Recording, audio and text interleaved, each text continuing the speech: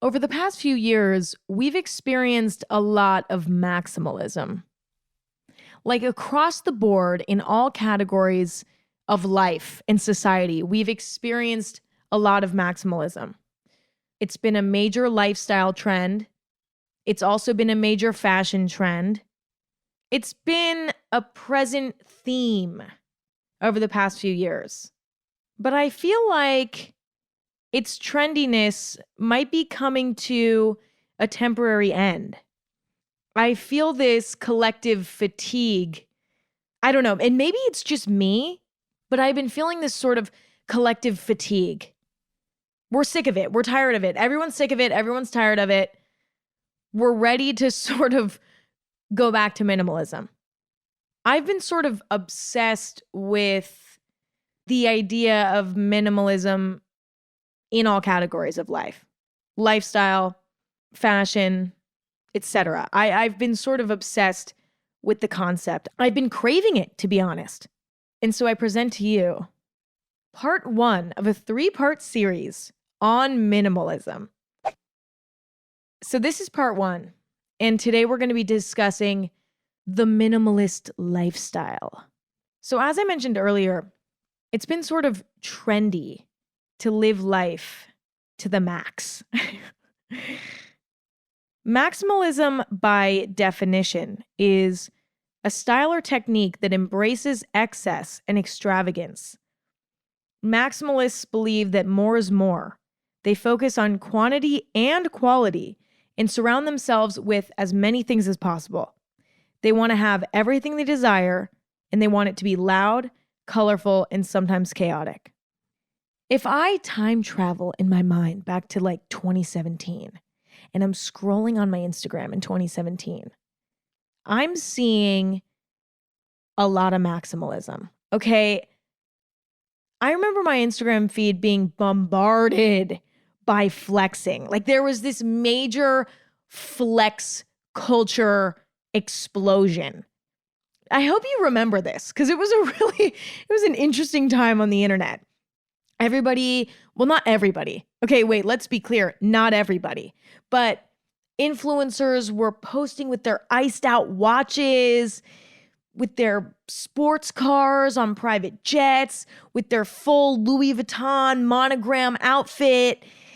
You know, everybody has the newest, freshest shoes. Everything's expensive. Everything's extravagant.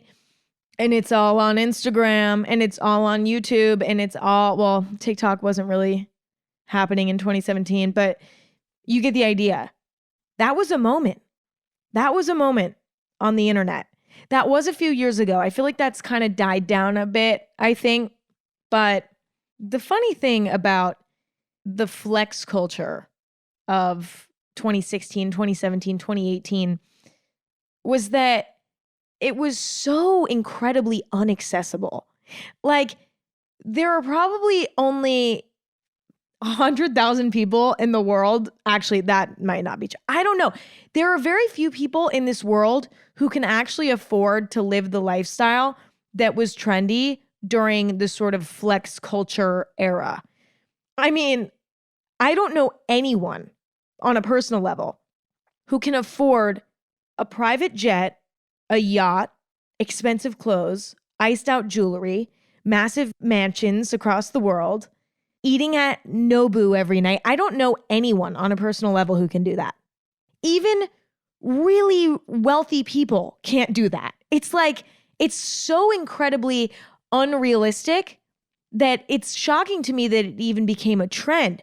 But what I think caused this trend to sort of end was it kind of became found out that most of the people that were portraying this lifestyle didn't even live that lifestyle. It wasn't even real.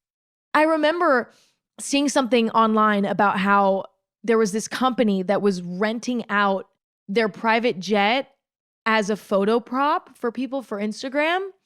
And I remember all these videos of people who were major flexers, like getting their jewelry metal detected or something, and sometimes it was fake. Okay, maybe I imagined that, but I swear I saw a video like that at one point. Moral of the story is, I think that the trend of major maximalism died out quick because it was just all a facade to begin with. Pretty much no one can live their life like that. So it died out. But I will say there are still a few people left out there flexing this type of lifestyle. But what's interesting about it is that it's not working anymore. Like, the reaction to it isn't positive.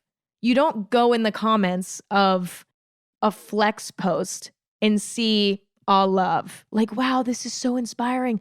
Wow, this is so motivational. It's like, shut the fuck up, bitch. Like, delete this post, idiot. Like, that's all I see. That's all I see under those types of posts nowadays. So it's not being received well, and understandably so. But I think this is a really key example of a maximalist lifestyle being trendy in our culture and desirable as well, even though it was so unattainable. It's so funny to me how it's almost considered sort of cringe now. I know cringe is sort of a weird word. Cringe. It is kind of cringe though. I don't know. I feel like that sort of flexing just doesn't come off as cool anymore to me or to almost anyone. It just isn't cool anymore. It's much cooler nowadays, I think, to be humble and to have actually decent priorities in morals, which is great, actually. I don't think that's a bad thing. I think the sort of flex culture era was not the best example of good morals. I mean, I don't think there's anything wrong with spending your money the way you want to. Who am I to judge? I also don't think there's anything wrong with posting whatever you want as long as it's not harming anyone, which arguably flexing doesn't harm anyone.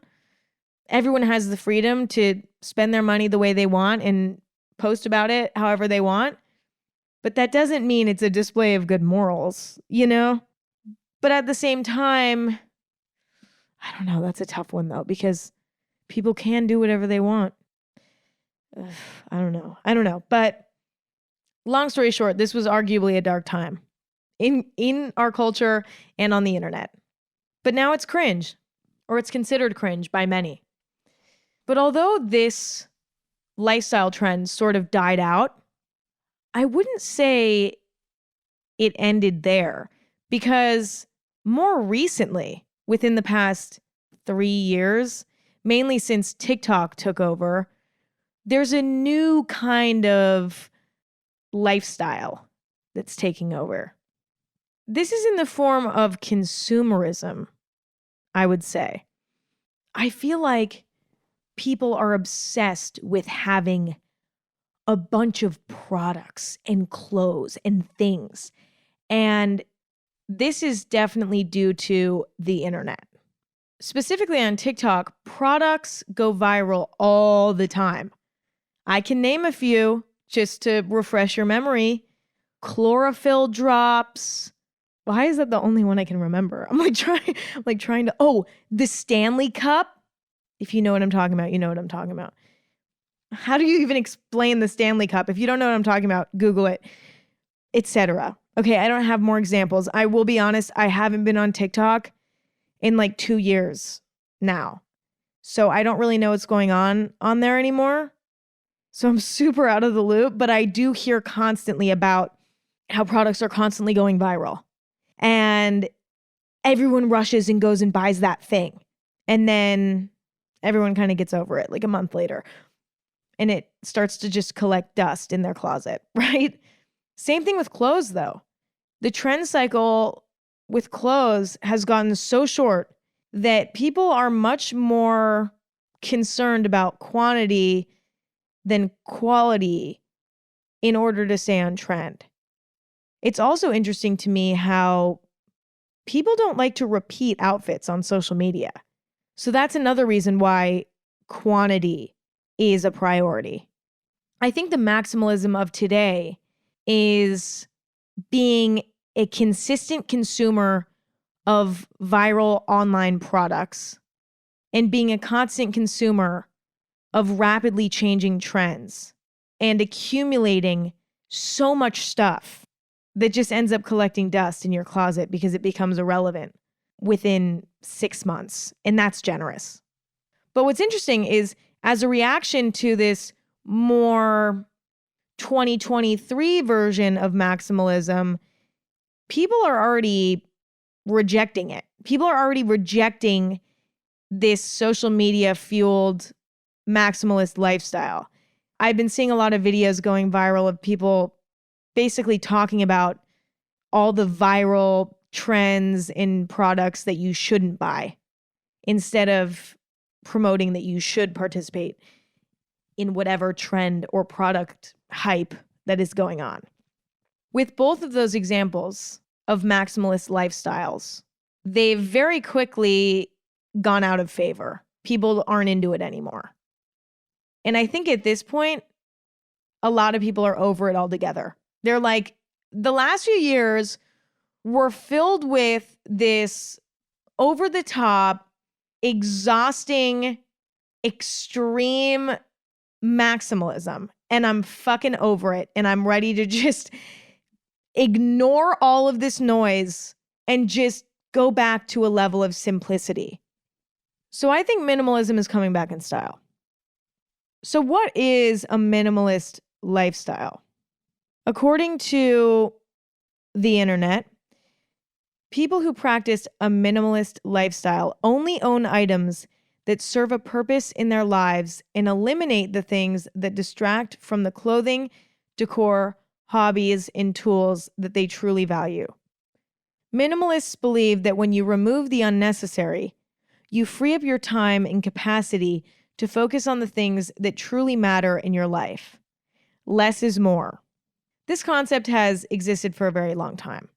It's not like this is a new thing that's just now being created as a reaction to the last few years of maximalism. Absolutely not.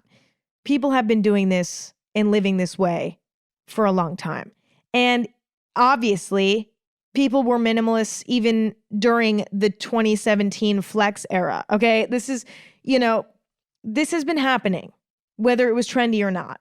But I think it's about to come back into trend. It's going to become a conversation again in a big way. With this lifestyle sort of coming back into trend, I wanted to discuss the positive lessons that can be learned from a minimalist lifestyle, whether you want to participate in it or not. Because, I don't know, calling yourself a minimalist is similar to calling yourself a vegan. It's like, once you call yourself a minimalist, the second you buy something you don't need, you feel like you're breaking the rules. It's the same thing as calling yourself a vegan. The second you accidentally eat something with bacon in it, you feel like you've broken the rules. I don't think you have to call yourself a minimalist or live by every minimalist rule in order to benefit from the philosophies that come from that lifestyle. So I want to discuss the potential positive lessons. Number one, when you make the decision to narrow down your belongings, get rid of stuff that's no longer serving you, you're forced to reevaluate what you have. And just by nature, you end up appreciating the stuff that you have more. Because on a day-to-day basis, we're just taking everything for granted. We're taking it for granted that we have 30 shirts in our closet. And we say, I have nothing to wear. But when you're faced with scaling down and you're having to make decisions about whether or not something adds value to your life, you're looking at each thing in your closet or each thing in your drawer or each thing in your garage and ask yourself, is this serving a purpose? And when you answer yes to something, you just naturally end up feeling gratitude for that object. Whereas normally that object would just collect dust in your garage and you would not even think about it. But when you challenge yourself to go through all your belongings and only keep the things that mean something to you, you're able to find gratitude for the stuff that you do have, that you do care about, that you do want to keep.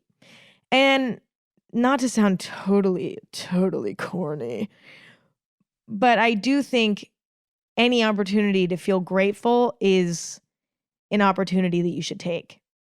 And personally, I try to go through my belongings every few months or so and really dig through everything I own and get rid of all of the shit that's no longer serving me and have a little moment with the stuff that I do care about and say, you know what, I'm going to appreciate you a little more because you've just been collecting dust for the last few months and I haven't given you any attention. But I am grateful for you. I'm grateful that you're one of my belongings and I'm going to appreciate you more moving forward. This sounds ridiculous, but I do think that is a really interesting and positive tool that you can integrate into your life, whether you want to be a minimalist or not. Because going through your belongings and picking out shit that you don't need anymore is something that probably everybody needs to do every once in a while. Doesn't mean you're getting rid of everything. You could be left with a closet packed full of clothes and a drawer packed full of art supplies, and you could be left with much more than what you actually need. But maybe in your heart and in your mind, you need all that stuff and you want all of it and you don't want to get rid of it. And that's okay too.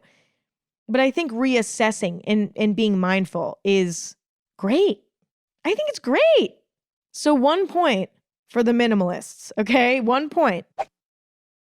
I also think the minimalist mentality is right about how belongings can distract you from the things that actually add to your life. I've heard so many people talk about how your belongings have energy. And I'm no specialist on that. So, I don't know for sure how that works, but I believe it actually because I think it's true. I remember when I moved into my new house that I'm living in now, I did a 6-month long, I'm not even kidding, a 6-month long purge where I just looked through everything I owned and got rid of everything that I was no longer using. And it was long overdue. I hadn't done that in years. And I can't even tell you how much shit I got rid of. Oh my God. So much. And it felt fucking amazing. I felt lighter as a person. It sounds ridiculous, but only having things that I truly wanted made me feel energetically lighter in a way that I can't explain. And there probably is some sort of explanation, but it was amazing. And it allowed me to organize my home in a way that made so much sense. I wasn't having to shove things into drawers just to give them a place. I was able to truly organize my home in a way that made sense, where everything had its place and everything had a purpose. It was amazing. And I'm not a minimalist by any means. I'm definitely a clothing collector. Okay, I have a lot of clothes. I'm definitely like a little trinket collector. I love finding cute little random trinkets when I'm traveling or whatever. I have quite a few of those types of things. I don't need those things, but I do enjoy having them. So in a way, to me, yeah, they do serve a purpose. But I'm not a minimalist because I don't need those things. I really do believe that less belongings mean less distractions from things that actually add to your life on a spiritual level, to be honest. In a way, belongings can be time wasters. I'll give you an example. If you have so many clothes in your closet that you don't even know what to do, and every time you go in there to try to pick out an outfit, you don't even know where to start, that wastes your time in one way or another. That's not necessarily a good use of your time. I mean, some would argue it is. Maybe it is, but there's definitely a better use of your time, probably. I don't know. I mean, I guess if fashion is something you care about, it is for me, then having options in your closet is important. But arguably, even as a fashion lover myself, I can admit that spending an hour picking out an outfit is not the best use of my time. It's not. It's simply not. I can admit that as someone who actively does that, right? A minimalist has a few shirts and a few pairs of pants in their closet. Picking out an outfit takes 5 seconds. And that leaves more time to do other things with their day. Having 10 different pots and pans in your cupboard, and half of them being ones that you don't need, making breakfast a little bit more complicated and time consuming than if you just had one pan that you use every morning to cook your breakfast. I think you get what I'm saying. Options and belongings create distractions, and they kind of waste time sometimes. And so I do think this is an interesting concept. And on a personal level, I'm not going to scale my closet down to 3 shirts and 3 pairs of pants because I personally like having options. And I don't mind wasting an hour picking out an outfit sometimes. But keeping this sort of philosophy in the back of my head is beneficial for me. Because when I want to go buy something that I really don't need, I might remind myself, hey, but this is adding to a potential problem in your life. And there is something freeing about having less belongings. And having that philosophy in the back of my head just helps me be a better consumer in a lot of ways. It forces me to be a more thoughtful shopper in general. I also think the minimalist lifestyle is inspiring because minimalists can pack up all their belongings into one suitcase and move across the world in 24 hours if they want to.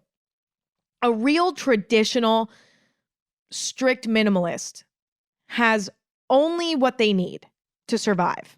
So they can throw all of their belongings into a suitcase or two and move across the world at the drop of a hat if they want. And there's something about that I fantasize about.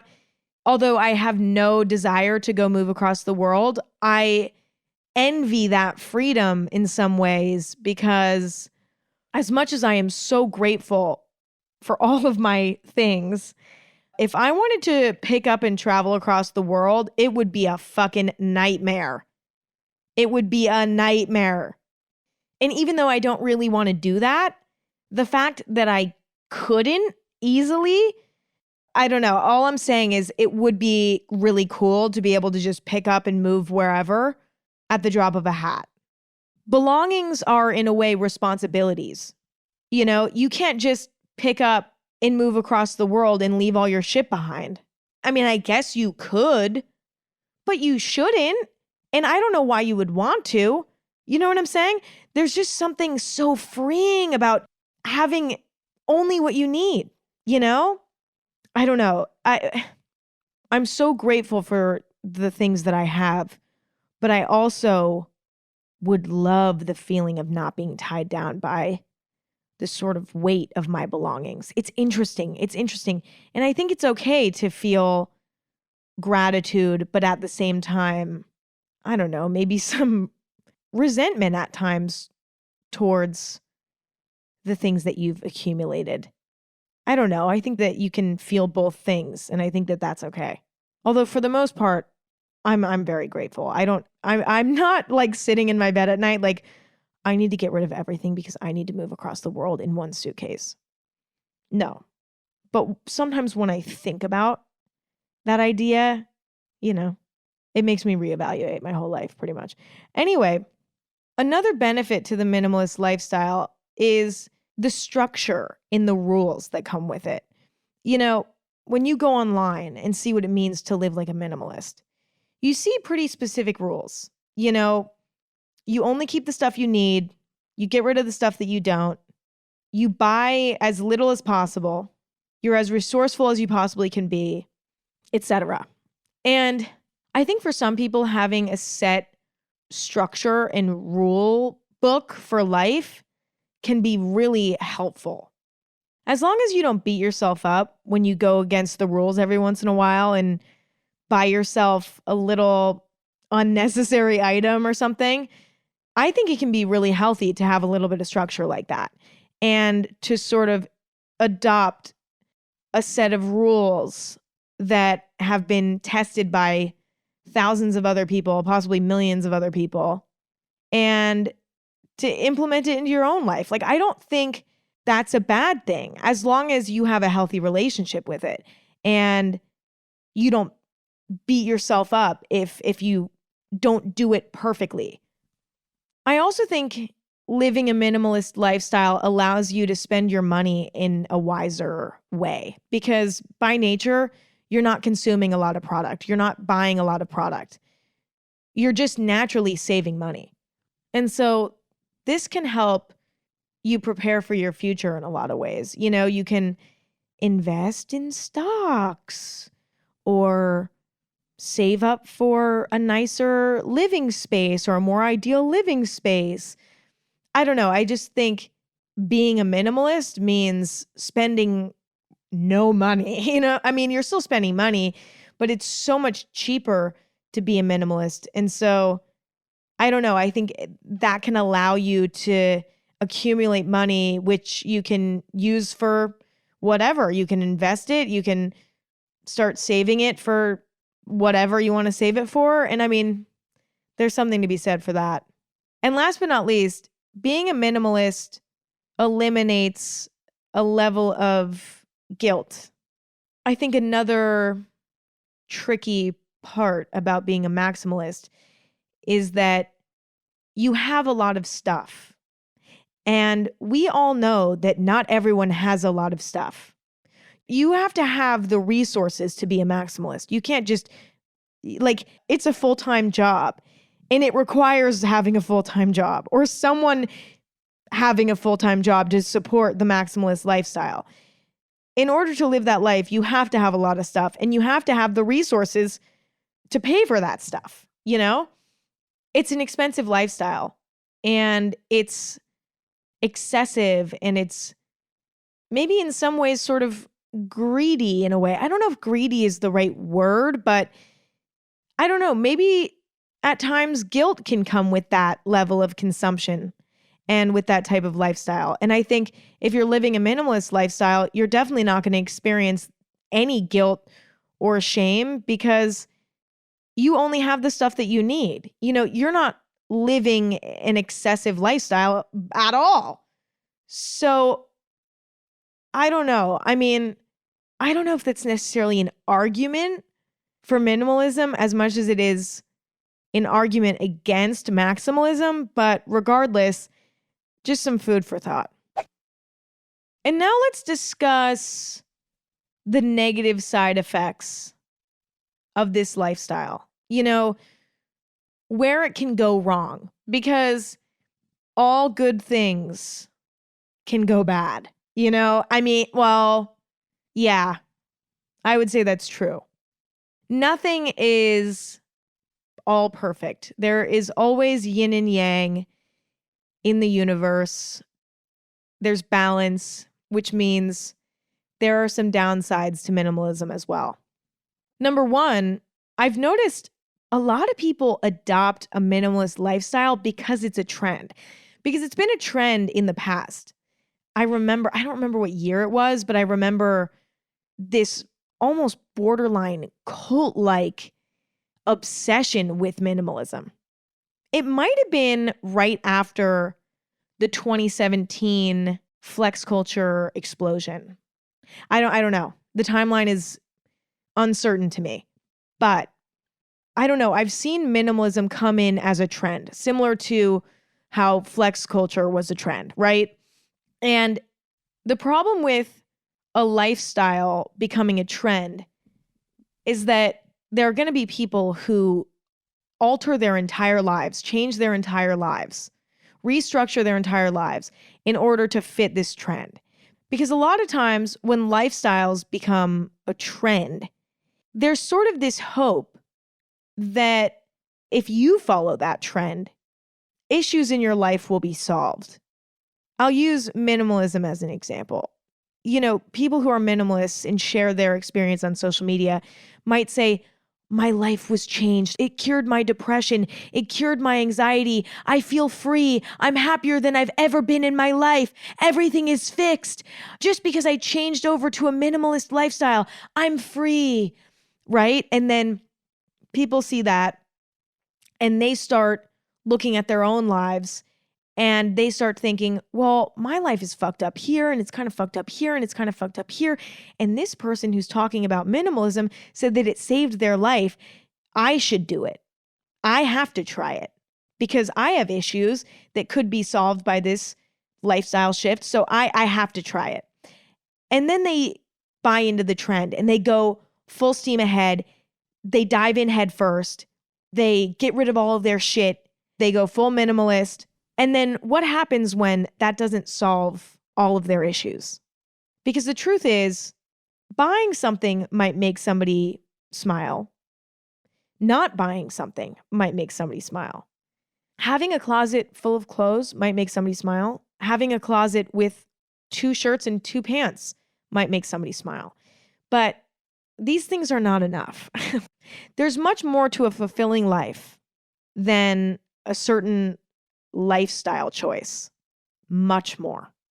And I think sometimes people see something that's trendy and they might participate thinking that it will fulfill them in some way. And then they end up disappointed. And I think that's one of the dangers of the minimalist lifestyle is this false promise that it'll fix all of your problems. It might improve your life greatly, but it's not that easy. There's much more work that needs to be done. You know, what's your social life like? What's your work life like? Do you go to therapy? Should you be going to therapy? Is that not your thing? Like, there's so much more to a fulfilling life than being a minimalist or being a maximalist. You know what I'm saying? I don't know. So I think there's a risk that, you know, when a lifestyle is trendy, that you might participate just because it's trendy. And the cult-like following can suck you in even deeper to a point where you might feel like you can't stop, even if that lifestyle isn't serving you anymore, because now you're all involved in the online community of other minimalists. And, you know, maybe you're in some Facebook groups or you make YouTube videos about it or you have a podcast about it. You know, you might get all wrapped up in this lifestyle and then come to the conclusion that it's actually not really working for you. And that's scary. I also think the problem with the minimalist lifestyle is that it has a label. You know, the second you slap a label on something, shit gets weird. You know what I'm saying? Like, again, same thing with calling yourself a vegan. You know, it's like if you call yourself a vegan and then you have a bacon, egg, and cheese on an everything bagel in New York City because you're there, bitch, and you want that shit and it looks so good and it smells good and it's like 40 degrees out and you want the bacon, egg, and cheese on an everything bagel because it's cold out and it just sounds so good. It would warm your tummy. It would keep you warm all day because when you eat a bacon, egg, and cheese on an everything bagel, it just keeps your body warm all day in the cold New York City, frigid, crispy air, and you get a fucking hot black coffee on the side and you're eating that like a classic New York babe and you're loving life and you're living your best life, but you're a vegan, so you're not supposed to have that. So then you're like, fuck, I'm breaking a rule, but I want this so bad, just this once. And then you feel guilty and then you feel shame and then you feel like a rule breaker. And that's not healthy either. I'm sorry. That's not healthy. And I'm not saying that eating meat is the right thing to do or not eating meat is the right thing to do. Not my business. I personally am a vegetarian, and I call myself that because that's what I am 99% of the time. But I've tried meat before, and sometimes there'll be, you know, like a dish that comes out at a restaurant that has meat products close to it or on it or in it. And sometimes I'll try it. And I don't allow myself to feel shame for that because it's okay. You know what I'm saying? Just, I don't know. My point is the label of calling yourself a minimalist can sometimes put you into a box that doesn't allow you to live intuitively and make choices because you fucking feel like it. You know, like, let's say you're a minimalist and you see this gorgeous Prada purse, and you've been saving up money for years now as a minimalist. You have a lot of extra cash. You can totally afford this Prada bag and you love it so much, but you're like, I don't need this. Like, I don't need this. This doesn't align with my lifestyle. This is kind of excessive. It's designer. It's obviously, people debate that designer is overpriced. And I think that's a rational argument that I think a lot of minimalists hold. And so you think to yourself, okay, well, I can afford it. And I haven't bought something fancy for myself in a while, but this doesn't align with my lifestyle. I'm a minimalist. This goes against everything that I've been practicing for years, And you feel guilty that you even want the bag because you're like, this just goes against everything I believe in, right? Or you're like, well, if I get this bag, I have to get rid of my other bag that I have because I only really need one bag. 2 bags is excessive. And so then you end up buying the Prada bag, but then you feel so guilty. You feel so bad. When in reality, you did nothing fucking wrong. But my point is, you can start to guilt yourself into living up to the label that you gave yourself in a way that's so unhealthy. And I think minimalism can bring that out in people at times. In conclusion, I think there's a lot to be learned from both minimalism and maximalism. But the reason why today's episode was focused on minimalism was because I think the lesson that can be learned from maximalism is obvious. Whereas from minimalism, it's a little more hidden beneath the surface, in my opinion. The obvious lesson to be learned from maximalism is the beauty of options in life, the beauty of spoiling yourself in life, the beauty of not putting limits on yourself and what you can enjoy. I think that there's a lot of beauty there, and there is a great philosophy there to an extent. But I also think minimalism has a lot of useful and important philosophies to offer. I don't think you have to be a minimalist to benefit from those philosophies. Focusing on mindfulness around what you have and what you buy is important. And I do think that it's a good thing to practice. Scaling down in some areas of your life in order to make your routine easier and more seamless can be an incredible philosophy to add to your life. But the truth is, there's no right way to do it. For some people, being an extreme minimalist is the way to go. For some, being an extreme maximalist is the way to go. But for the majority of us, we're somewhere in between. And I think the best thing that you can do as an individual is look at both philosophies and pick and choose what makes sense for you and build your own ideal structure for your life. But also give yourself some wiggle room. I mean, as we grow up and we change and our priorities change, so can our lifestyle choices, and they will naturally.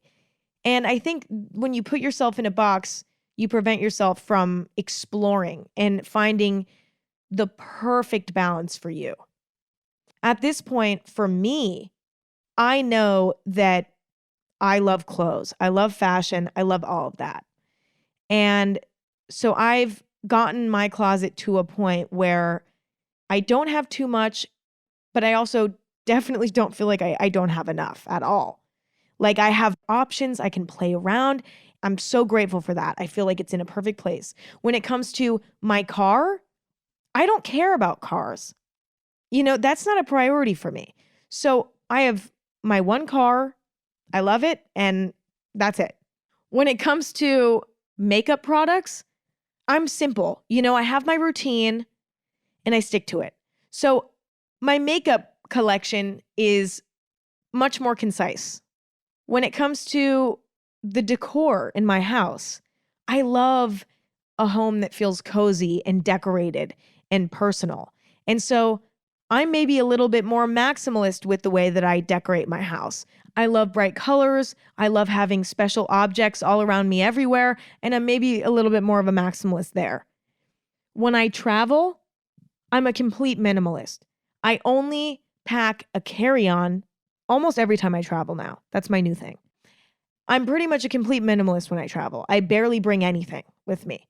The moral of the story is there's no right answer for you, and you don't need to put a label on it. But there's a lot to be learned from minimalism and maximalism, but probably more from minimalism.